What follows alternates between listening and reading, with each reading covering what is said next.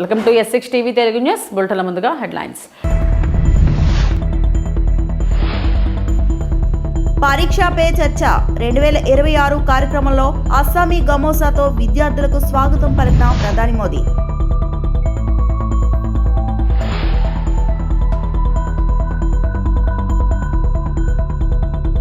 ఎమ్మిగనూరులో మీ భూమి మీ హక్కు కార్యక్రమం సీఎం చంద్రబాబు.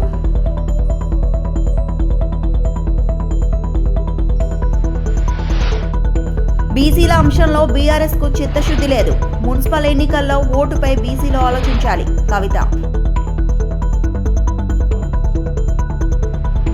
పరీక్ష పే చర్చ 2026 కార్యక్రమం సందర్భంగా ప్రధాని నరేంద్ర మోడీ విద్యార్థులను అస్సామీ సంప్రదాయ వస్త్రమైన గమోసాను అందజేస్తూ హృదయపూర్వకంగా స్వాగతించారు. ఈ సందర్భంగా గమోసా యొక్క సాంస్కృతిక ప్రాధాన్యతను వివరించిన ప్రధాని ఉత్తర భారతదేశం, ప్రత్యేకంగా ఈశాన్య రాష్ట్రాల సంస్కృతి సాంప్రదాయాలకు ఇది ప్రతీకగా నిలుస్తుందని పేర్కొన్నారు. मेरा नाम पद्मा है, मैं लद्दाख से हूँ. तो मेरा ये प्रश्न है कि हमारे उम्र के बच्चे को बड़े सपने देखना चाहिए और उन्हें पूरा करने की शुरुआत कहाँ से करना चाहिए सर? सपने न देखना वो तो क्राइम है. सपने देखने ही चाहिए, लेकिन सपनों को गुनगुनाते रहना ये कभी काम नहीं आता है. और इसलिए जीवन में कर्म को प्रधान देना चाहिए. मैं जहां हूं वहां मुझे सफल होना है, तभी मैं आगे जाऊंगा. मैं देखता रहूं और मुझे अगर पेड़ पे चढ़ना ही है तो आम देखता रहूं तो आम नहीं पकड़ता.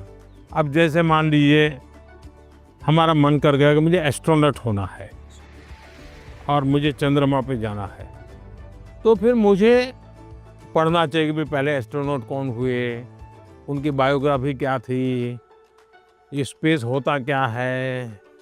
धीरे धीरे उसमें रुचि हमारी बढ़ानी चाहिए. फिर टीवी पे कोई कार्यक्रम है तो उसको खाद देखना चाहिए, तो आपको खाद पानी मिलता रहेगा, हैं, आपको फर्टिलाइजर जिसको कहे मिलता रहेगा, तो वो विचार आपका पनपेगा. औरों को बताने से फायदा नहीं होगा. कभी कभी हम बता देंगे भाई मजाक उड़ाएंगे, ये तो एस्ट्रोनॉट बनने वाला है. तो हमारे मन के सपने पब्लिक नहीं करने चाहिए, लेकिन लीक करके रखने चाहिए. मैं बहुत नर्वस थी क्योंकि मेरा ये लाइफ का पहला एक्सपीरियंस था परीक्षा पे चर्चा पर. बट जैसे प्राइम मिनिस्टर मेरे सामने आते ही అనంతరం విమానయాన రంగంపై పరిశ్రమలతో కీలక రౌండ్ టేబుల్ సమావేశం నిర్వహించారు మంత్రి కింజరపు రామ్మోహన్ నాయుడు. కేంద్ర పౌర విమానయాన శాఖ మంత్రి రామ్మోహన్ నాయుడు కింజరపు బడ్జెట్ అనంతరం విమానయాన రంగానికి సంబంధించి ప్రకటించిన నిర్ణయాలు పరిశ్రమలు సమర్థవంతంగా వినియోగించుకోవాలా, చర్యలు తీసుకోవాలనే ఉద్దేశంతో పరిశ్రమ ప్రతినిధులతో కీలక రౌండ్ టేబుల్ సమావేశానికి అధ్యక్షత వహించారు. ఈ సమావేశంలో గౌరవ ప్రధానమంత్రి శ్రీ నరేంద్ర మోడీ నాయకత్వంలో దేశీయ విమానయాన తయారీ రంగానికి ఇస్తున్న బలమైన ప్రోత్సాహం, అధిక విలువైన ఉపాధి అవకాశాల సృష్టి పట్ల పరిశ్రమ వర్గాలు తమ ప్రశంసలు వ్యక్తం చేశాయి.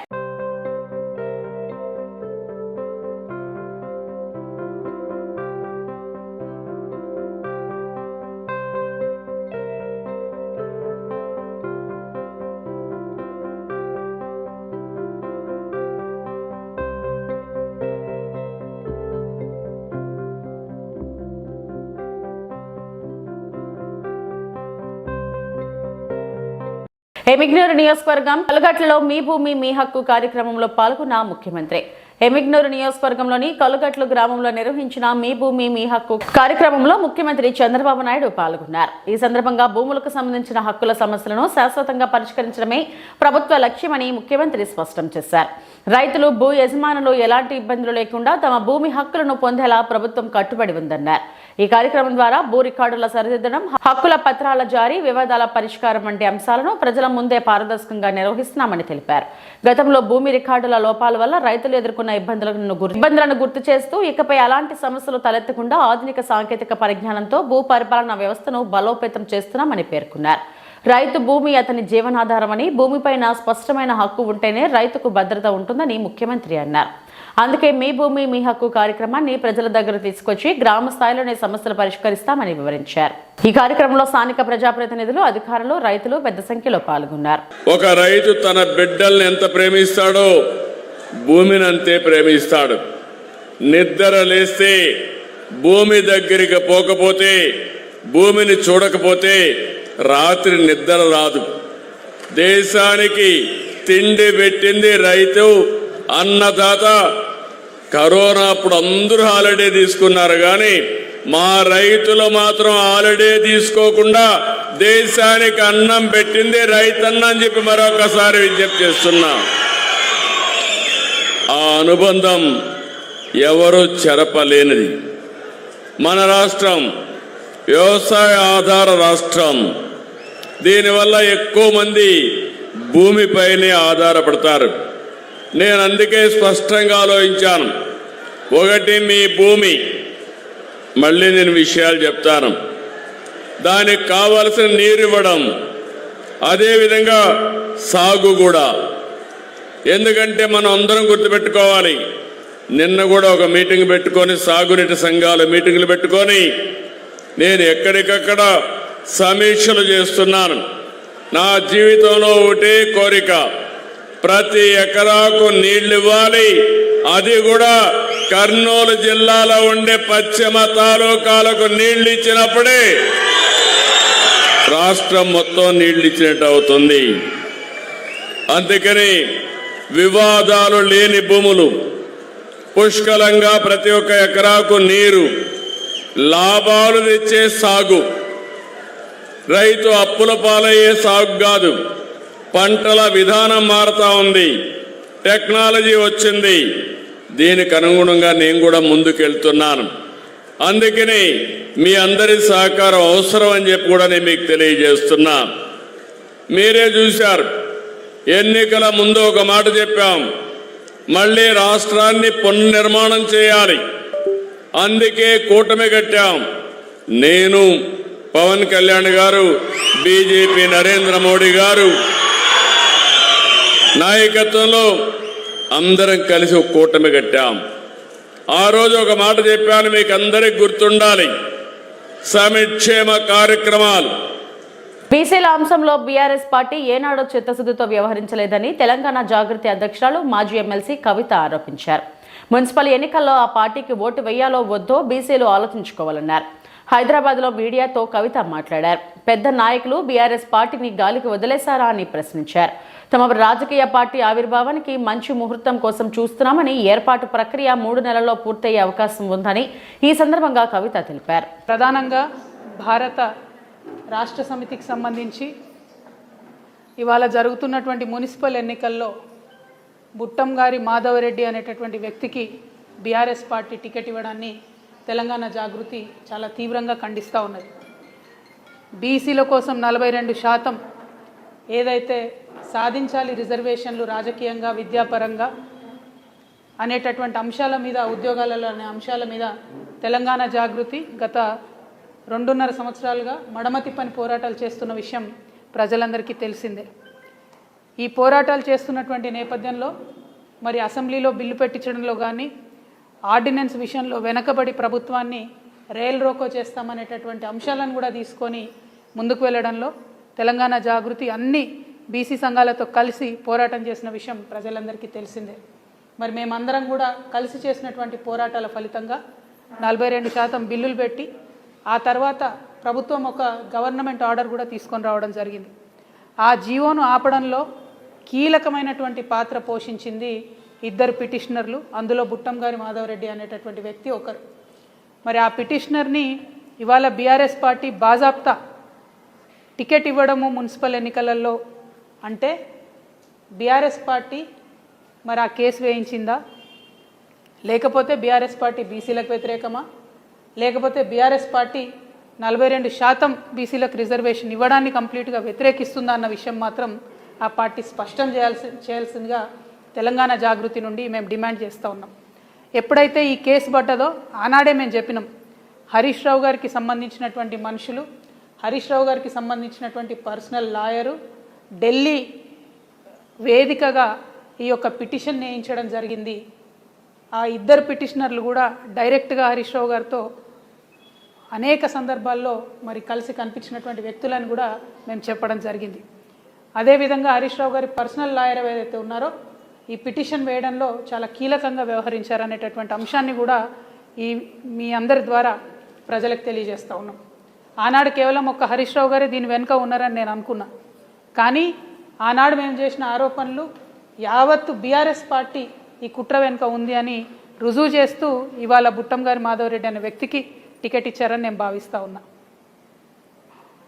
మొన్న కేటీఆర్ గారు ఎవరికైనా ఓటేయాలంటే మరీ ఇటువంటి వ్యక్తిని తీసుకొచ్చి ఓటేయమంటారని నేను అనుకోలే. ఎందుకంటే ఇవాళ బీసీ బిడ్డలు తెలంగాణ సమాజంలో 56% మంది ఉన్నారు. వాళ్ళ నోటికాడి బుక్కను గుంజుకున్నటువంటి పిటిషనర్ను పట్టుకొచ్చి ఓటు వీళ్ళకి వేయండి అని బీఆర్ఎస్ పార్టీకి చెప్తే మరి ఓటు వేయాలన్నా బీఆర్ఎస్ పార్టీకి వద్దా ఆలోచించుకోవాల్సిందిగా యావత్తు తెలంగాణ బీసీ సమాజాన్ని కూడా నేను కోరుతా ఉన్నాను. ఇది ఎటువంటి రాజకీయం? మీరు కనీసం బీసీల కోసం ఒక మీటింగ్ పెట్టలే. ఎప్పుడు ఎట్లా పెట్టిరు? బీఆర్ఎస్ పార్టీ నుండి డైరెక్ట్గా నాయకత్వం ఎప్పుడు మాట్లాడలే. బీసీ ప్రజాప్రతినిధుల ఫోరం పేరిట మీటింగ్ పెట్టిరు. ఆ తర్వాత ఒక్కసారి తెలంగాణ భవన్లో మీటింగ్ పెట్టిరు. మొదలు జనగణన అన్నప్పుడు అసలు జనగణనకు పార్టిసిపేట్ చేయొద్దని చెప్పిర్రు, కన్ఫ్యూజ్ చేసిర్రు. అదంతా అయిపోయినాక రెండోసారి జనగణన చేయాలని చెప్పిర్రు. ఎక్కడా కూడా చిత్తశుద్ధితోని బీసీ మీటింగ్లు బీసీల అంశంలో బీఆర్ఎస్ పార్టీ సపోర్ట్ చేయలే. అందరం గోల చేస్తే యావత్ సమాజం రోడ్ల మీదకి వస్తే మేము పెడతాం బీసీ మీటింగ్లు అని చెప్పారు. కానీ అవెన్నడూ కూడా మరి కార్యరూపం దాల్చలేదు. అంటే సమాజంలో సగం మంది పట్ల మీ వైఖరి ఏంటి, మీ చిత్తశుద్ధి ఏందన్నది ఇవాళ తెలుస్తుంది. కాబట్టి మరి ఆ ప్రజలను ఆలోచించవలసిందిగా నేను కోరుతా ఉన్నా. ఒక పక్క బీఆర్ఎస్ పార్టీ ఇట్లా ఉంటే ఇంకొక పక్క కాంగ్రెస్ పార్టీ నవ్విపోతురుగాక నాకేటి సిగ్గు అన్నట్టు ఇవాళ మా నిజామాబాద్ ఎన్నికలకు అనంతపురం జిల్లా యాడికి మండల కేంద్రంలో శుక్రవారం నూతనంగా ఏర్పాటు చేసిన రాజ్యాంగ నిర్మాత డాక్టర్ బిఆర్ అంబేద్కర్ విగ్రహాన్ని ఎమ్మెల్యే జేసీ అస్మిత్ రెడ్డి ఘనంగా ఆవిష్కరించారు. ఈ సందర్భంగా ఎమ్మెల్యే మాట్లాడుతూ దళిత సంఘం నాయకులు ఐక్యమత్యంగా ఉండి డాక్టర్ బిఆర్ అంబేద్కర్ విగ్రహాన్ని ఏర్పాటు చేయడం ఎంతో సంతోషంగా ఉందని, ఇన్ని రోజులకు దళితుల కళ నెరవేరడంతో వారు చాలా ఆనందంగా సంతోషంగా ఉన్నారన్నారు. దళితులందరూ ఎల్లప్పుడూ ఐక్యమత్యంగా ఉండి అంబేద్కర్ విగ్రహాన్ని కాపాడుకోవాల్సిన బాధ్యత కూడా మీదేనని ఎమ్మెల్యే జేసీ అస్మిత్ రెడ్డి అన్నారు.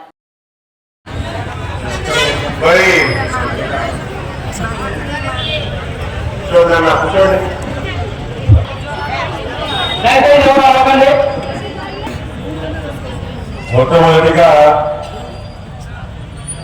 ఇంత మంచి రోజు, ఇంత శుభరోజు, ఇంత ఆనందమైన రోజు నేను తొందరగా ఉన్నాను. అది ఒక బాధగా ఉంది. కొంచెం కన్ఫ్యూజ్ అయిన డేట్ మన 5వ తేదీ అనుకున్నాము. నా హైదరాబాద్ ప్రోగ్రాము 6వ తేదీని ఫిక్స్ అయింది. అందుకు తొందరగా ఉన్నాను. ఏమనుకోదండి, చాలా తక్కువ మాట్లాడబోతున్నాను. మీరందరూ నా దగ్గరికి వచ్చారు స్టాచ్యూ పెడదాము అని చెప్పేసి.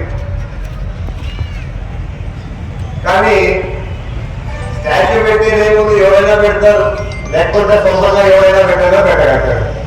రూపాయలు కూడబెట్టుకున్న అవసరం లేదు. ఇక్కడ సమస్య ఏంటంటే స్టాచ్యూ పెడితే అయిపోదు, ఆ స్టాచ్యూని కాపాడుకోవాలి మనం. వాళ్ళేమో మనకి త్యాగాలు చేశారు, కోసం ఏదేదో చేసుకుంటా వచ్చారు. మనమేమో స్కైకి స్టాచ్యూ పెడతాము, రేపటి నుంచి మర్చిపోతారు. ఒక్కరి వల్ల క్లీనింగ్ చేద్దామని ఏ రోజు అనుకుంటారా మీరు? నేనైతే ఒకటే అనుకున్నా. ఫస్ట్ అయితే నా దగ్గరికి వస్తే ఏం చెప్తా, నేను విగ్రహాన్ని మీరు రోజు విగ్రహం పెట్టేదానికి లేదని చెప్పి వెళ్ళిపోయాను. మాకు పర్మిషన్ ఇవ్వలేదు. నేను వద్దన్నా, ఎందుకంటే అందరూ విగ్రహాలు పెడుతున్నారు, చాలా చూసాము,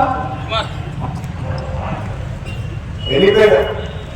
కానీ ఒకటి మాత్రం అనిపించింది నాకు, ఖచ్చితంగా ఎవరికైనా ఒక ఛాన్స్ అనేది ఇవ్వాలి కదా మనము. అందుకోసం అని చెప్పి ఖచ్చితంగా మీరందరూ ఆ విగ్రహాన్ని కాపాడుకుంటారు, చూసుకుంటారు. మనకి ధైర్యం ఇచ్చిన వాళ్ళకి మనం ఉన్నాము ఇక్కడ, మీరు చేసిన త్యాగాలు ఏది వృధా కాలేదని చెప్పి మీరందరూ కాపాడుకుంటారని చెప్పి ఈ సభాముఖంగా మీ అందరినీ కోరుకుంటున్నాను. దయచేసి ఖచ్చితంగా మీరందరూ ఆ స్టాచ్యూని శుభ్రం చేయడము, కేవలం జయంతి రోజు లేకపోతే ఇంకో రోజు చేయడం కాకుండా మీరు వారం వారము నెలకు ఒకసారి ఖచ్చితంగా దయచేసి క్లీన్ చేసుకోవాలని చెప్పి మీ అందరికీ కోరుకుంటున్నాను. రైట్, థ్యాంక్ యూ, ధన్యవాదాలు. మీరందరూ బాగా ఎంజాయ్ చేయాలా, బాగుండండి అందరూ. రైట్, సెలవు తీసుకుంటా. నేను అన్నట్టుగా నాకు ప్రోగ్రామ్ ఉంది. అదేవిధంగా నేను లేకపోయినా కూడా మన పెద్దలు కేసీ ప్రభాకర్ రెడ్డి గారు కొంత సేపులో వేదికను చేరుకుంటారు. సో ఖచ్చితంగా ఆయన మీతో టైం స్పెండ్ చేస్తున్నారు. Right, thank you so much. Tirumala శ్రీవారిపై భక్తి విశ్వాసాలు సన్నగిల్లకుండా భక్తుల మనోభావాలు దెబ్బతినకుండా పనిచేస్తానని సీఎంఓ ముఖ్య కార్యదర్శి ముతాడ రవిచంద్ర అన్నారు. టీటీడీ ఈవోగా ఆయన బాధ్యతలు స్వీకరించారు. అనంతరం సతీ సమేతంగా శ్రీవారిని దర్శించుకున్నారు. దర్శనం అనంతరం రంగనాయకుల మండపంలో రవిచంద్ర దంపతులకు పండితులు ఆశీర్వచనం అందజేశారు. అదనపు ఈవో వెంకయ్య చౌదరి స్వామివారి తీర్థ ప్రసాదాలను అందజేశారు. భక్తులకు సేవ చేసే అవకాశం ఇచ్చిన రాష్ట్ర ప్రభుత్వానికి సీఎం చంద్రబాబుకు రవిచంద్ర కృతజ్ఞతలు తెలిపారు. ఒక భక్తుడిగా తోటి భక్తులకి సేవ చేసే భాగ్యం కలిగింది. వారి సేవ ద్వారా దేవుడి సేవ చేసే భాగ్యం కలిగింది. ఆ అవకాశం ఇచ్చిన ఆంధ్రప్రదేశ్ ప్రభుత్వానికి, గౌరవ ముఖ్యమంత్రి గారికి ధన్యవాదాలు. అందరి నమ్మకాలని నిలబెడతానని, భక్తుల యొక్క నమ్మకాలని, ప్రభుత్వం యొక్క నమ్మకాన్ని ఆ దేవుడు ఇచ్చిన శక్తితో నిర్వర్తించగలనని మనస్ఫూర్తిగా కోరుకుంటున్నాను.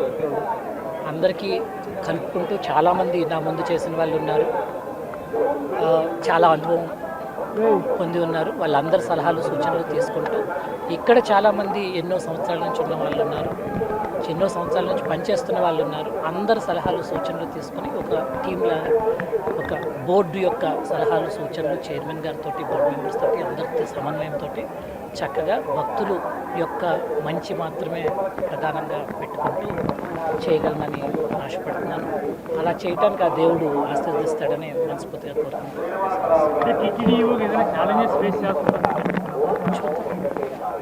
ముందు జస్ట్ ఈరోజే వచ్చాను, నైట్ నోట్స్ చూసుకున్నాను, పంపించారు నోట్స్, చాలా వరకు చదువుకున్నాను. మీటింగ్కి వెళ్ళాక చూసినాక ముందే ఒక భావంతో కాకుండా ఉన్నది ఉన్నట్టు చూసి ఏం చేయాలో ఆలోచించాను. అంటే రాష్ట్ర వ్యాప్తంగా ఈ విషయం సెన్సిటివ్ ఇష్యూగా మారిపోయిన పరిస్థితుల్లో ఏ రకమైన మళ్ళీ దేవుడి మీద భక్తి విశ్వాసాలు ఏ విధంగా కూడా సన్నగిల్లకుండా అందరి భక్తుల యొక్క మనోభావాలు నిలబడే విధంగా ట్రై చేస్తాను. తిరుమల శ్రీవారిని సినీ నటి మీనాక్షి చౌదరి దర్శించుకున్నారు. శుక్రవారం వేకువజామున శ్రీవారి అభిషేక సేవలో ఆమె పాల్గొన్నారు. దర్శనం అనంతరం మీనాక్షికి రంగనాయకుల మండపంలో పండితులు ఆశీర్వచనం చేసి స్వామివారి తీర్థ ప్రసాదాలను అందజేశారు.